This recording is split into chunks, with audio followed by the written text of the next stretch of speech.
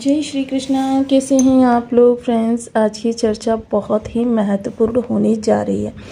आज हम चर्चा करने जा रहे हैं ग्रहों की ऐसी चाल की जिसमें विशेषतः आप टाइटल देखकर समझ ही गए होंगे कि मीन राशि राहु की टेढ़ी चाल, और साथ ही साथ इस समय राहु का किस तरीके से प्रभाव आपको मिलने जा रहा है, इस पर चर्चा करेंगे। क्योंकि इस समय हम चर्चा करने जा रहे हैं शतभिषा और धनिष्ठा। शतभिषा या धनिष्ठा। अब ये धनिष्ठा कहाँ से आ गया भाई, इसके बारे में भी जानना बहुत ज़रूरी है।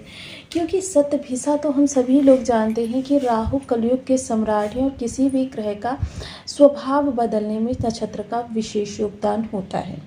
देखिए, नक्षत्र कोई भी ग्रह है, मूल स्वभाव वही रहता है। नक्षत्र यानी आपके कमरे में बल्ब जल रहा है, बल्ब का पर आवरण अगर पारदर्शी है तो आपके कमरे में चमकीली आभा आती होगी, लेकिन अगर उसके ऊपर का आवरण रेड रंग लिए हुए है तो आपके कमरे की आभा भी रेड हो जाने वाली है। सेम वही चीज़ें नक्षत्र होते हैं, ये जो आवरण चढ़ाने का कार्य करते हैं, जिसे हम स्वभाव कह सकते हैं।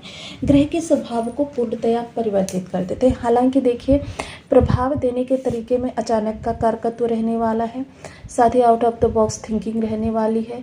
लीक से हटकर योजना बनाने में आप माहिर होंगे, लीक से हटकर कार्य करने में माहिर होंगे। वहीं आपकी जो सामाजिक रूढ़िगत परंपराओं को तोड़ने के तरीके वो भी आपके वही रहेंगे, लेकिन इनके तरीके में मान लीजिए कभी सौम्यतापूर्ण व्यक्ति कार्य करता है, कभी बलपूर्वक कार्य करता है। ये सारी स्थितियां जो होती हैं ग्रहों के अनुसार ही परिवर्तित होती हैं। तो बेहद महत्वपूर्ण है, क्योंकि आगामी समय में राहु अपना नक्षत्र परिवर्तन भी करने जा रहे हैं। नक्षत्र परिवर्तन करके ये धनिष्ठा नक्षत्र में जाने वाले हैं। इसके बारे में भी हम डेट के बारे में जानेंगे, लेकिन वर्तमान समय में राहु जो हैं शतभिषा के द्वितीय चरण से गोचर कर रहे हैं। द्वितीय चरण, जैसे कि हम सभी लोग जानते हैं, शतभिषा नक्षत्र के अंतर्गत 4 चरण आते हैं। अब 4 चरण जो कि धनु से लेकर मीन होते हैं। धनु से लेकर मीन तक होने के कारण, क्योंकि ये देखिए वक्री चाल चलते हैं, सदैव उल्टी चाल इनकी रहती है, और उल्टी चाल चलते हैं तो इसीलिए इन्होंने चतुर्थ चरण से प्रवेश किया। जब इन्होंने चतुर्थ चरण से प्रवेश किया, जहाँ पर चतुर्थ का भोग किया, फिर तृतीय का भोग किया, और अब वर्तमान समय में द्वितीय चरण में, यानी कि क्योंकि मीन का भोग कर चुके हैं, कुंभ का भोग कर चुके हैं, अब ये मकर का भोग कर रहे हैं। मकर राशि शनि देव की प्रथम साधारण राशि है। साधारण राशि से देखिए, क्योंकि अगर हम अपनी बॉडी में देखें तो शनि देव की ये शतभिषा या धनिष्ठा कौन से नक्षत्र में, क्योंकि 1 महीने 10 दिन बाद ही राहु देव महाराज जो आपके व्यय भाव में बैठे हुए हैं, ये धनिष्ठा नक्षत्र में चले जाएंगे, और धनिष्ठा नक्षत्र में जाते ही इनके प्रभाव में पूरी तरीके से बदलाव आ जाएगा। अब इसके पीछे लॉजिकली देखिए 2 तरीके की ऊर्जाएं काम करती हैं, एक निगेटिव और एक पॉजिटिव। कुछ लोगों को इसके बहुत अच्छे परिणाम प्राप्त होते हैं और कुछ लोगों को बहुत ही नकारात्मक। ये किस तरीके से होता है, आपके कर्मास के आधार पर। आपके कर्मा जिस प्रकार के होंगे उसी प्रकार की यह ऊर्जाएं आपके लिए काम करती हैं। तो आइए जान लेते हैं इस वीडियो के माध्यम से कि आपके लिए कौन सी ऊर्जा इस समय एक्टिवेट रहने वाली है, और धनिष्ठा या फिर शतभिषा किसमें राहु के श्रेष्ठ प्रभाव मिल सकते हैं आपको। क्योंकि राहु अचानक रातों रात आपको प्रसिद्धि धन के शिखर पर बिठाने वाले ग्रह माने जाते हैं। तो यदि आपकी लग्न में 12 नंबर बना हुआ है तो ये राशिफल आपके लिए, ये कुंडली में कहीं भी चंद्रमा के साथ 12 नंबर बना हुआ है तो ये राशिफल आपके लिए है। कुंडली ना होने की स्थिति में आप इसे नाम राशि से भी देख सकते हैं।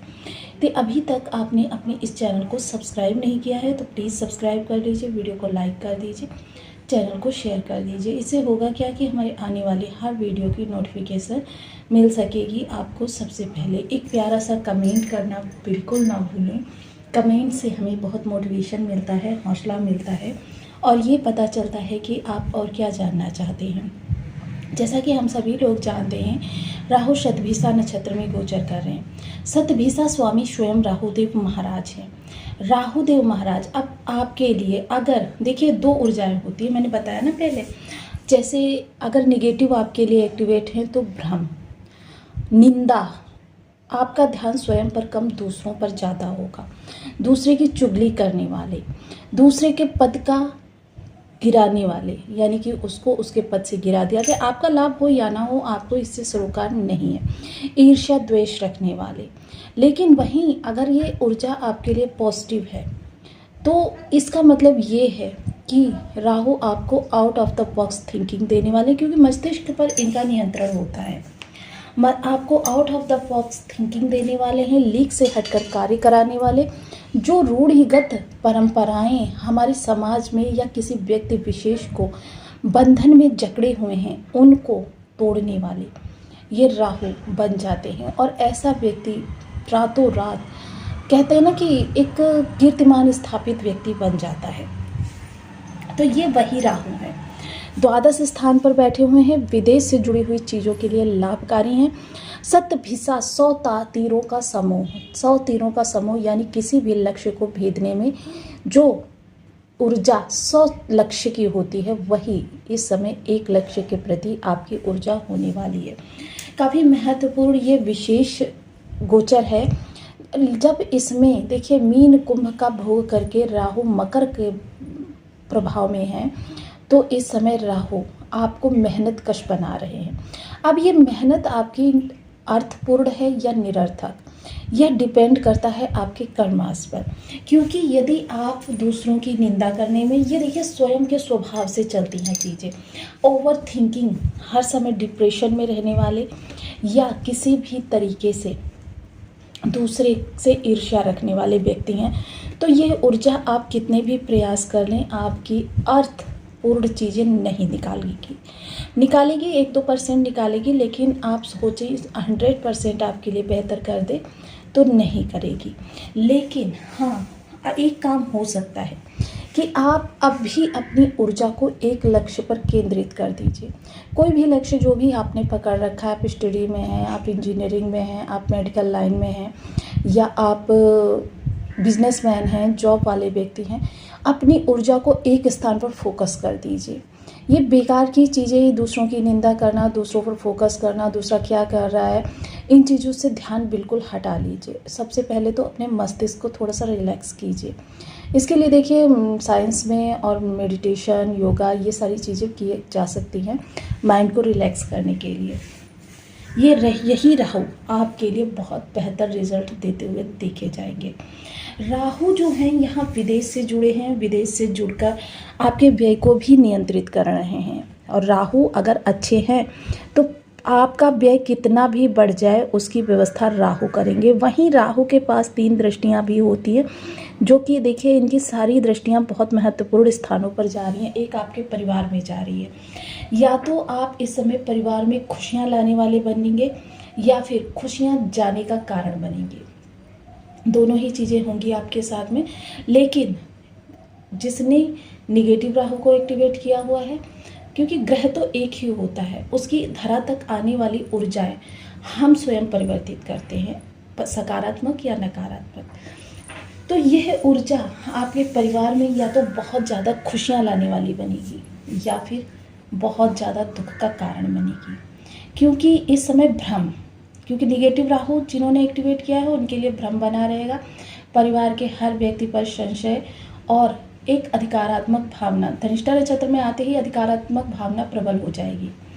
वहीं सप्तम दृष्टि जो होगी, देखिए या तो आप निगेटिव राहु जो होंगे उनके लिए शत्रु बढ़ाएंगे, और जो पॉजिटिव राहु से ग्रसित होंगे उनके शत्रु हंता योग बनेगा। कुछ करें ना करें लेकिन शत्रु उनका हनन होता रहेगा। साथ ही साथ ऋण के लिए भी यही स्थिति रहेगी। निगेटिव राहु आपको ऋण के दलदल में फंसाएंगे। पॉजिटिव राहु अगर आपने पहले से ऋण लिया हुआ है उस ऋण को समाप्त कर देंगे, क्योंकि मकर जो होती है मेहनत को प्रेजेंट करती है, आपकी मेहनत, क्योंकि मकर राशि मेहनत कश बनाती है और मकर राशि में राहु है तो यानी कि बहुत मेहनती व्यक्ति है। अब ये बात दूसरी है कि अर्थपूर्ण या निरर्थक, क्योंकि राहु आपको आपके लक्ष्य से भटकाने का भी कार्य करते हैं भ्रम के द्वारा। देखिए, व्यक्ति गोल गोल घूमता रहेगा लेकिन लक्ष्य की दिशा में नहीं जाएगा, लक्ष्य के पास से होता हुआ ऐसे घूमकर आ जाएगा और कहेगा हमको लाभ नहीं प्राप्त हुआ। अकूत धन, अचानक का कारकत्व लिए हुए राहु का अकूत धन पर दृष्टि, यानी अकूत धन जागृत होगा। अब ऐसे में अचानक धन लाभ के अवसर बनेंगे या फिर अचानक धन हानि के अवसर बनेंगे, दोनों स्थितियाँ यहाँ पर क्रिएट होंगी।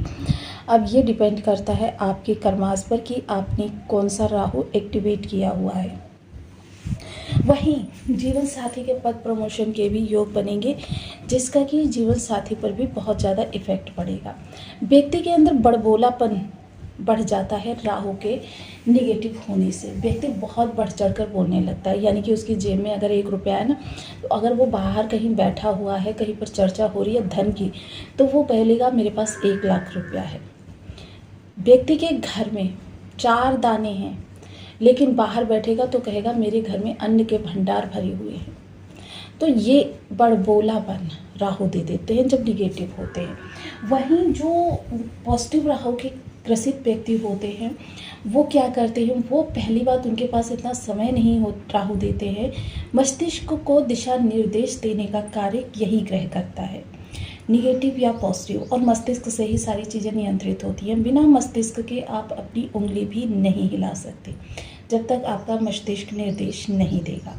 तो यह चर्चा जो है, देखिए धनिष्ठा नक्षत्र वहाँ पर मंगल प्रधान हो जाएगी। मंगल प्रधान हो जाएंगे तो जाहिर सी बात है कि मंगल और राहु की तो आपस में बहुत ही ज़्यादा तनातनी चलती है, बल महत्वपूर्ण होगा। भ्रम के साथ बल जब जुड़ जाएगा तो सिचुएशन जो है आउट ऑफ द कंट्रोल भी जा सकती है। देखिए, बहुत ही रेयर केसेस होंगे या जिन्होंने पॉजिटिव राहु को एक्टिवेट किया हुआ होगा उन्हीं के जीवन में ये